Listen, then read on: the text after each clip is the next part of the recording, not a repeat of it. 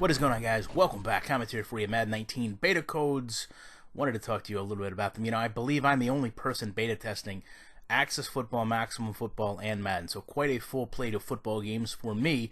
But I thought it was interesting this year. They did kind of a closed and open beta where they obviously went to the community, they went to CFM gamers, they provided them the codes, and then literally hundreds of codes were just put on Twitter, put on channels, provided to gamers to give out. And I think it's interesting how this is going to be perceived because honestly, there's a term of service with this, and if you don't abide by it, they're going to know relatively quickly. Unless you're really good at photo manipulation and video manipulation, you know, our game code, our gamer tags are actually put all over the video, all over the images that we would be able to capture if you were going through a capture card, if you're kind of working around, because obviously you can't use the internal PS4 video or screen captures. So they would know who's leaking it, number one.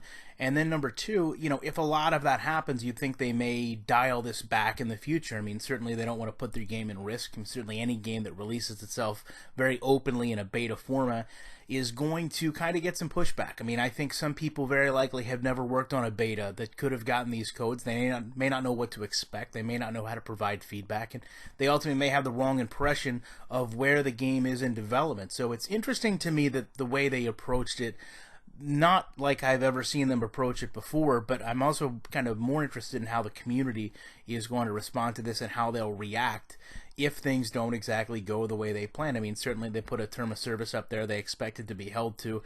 I know that, you know, I kind of put it out myself and said, listen, you know, this is a community responsibility. If you have the game now, if you're there to provide feedback, don't try to make yourself popular by having this. Don't try to create a way of monetizing your channel now because you can get this footage. Focus on making the game better, because truthfully that's what we're all here for.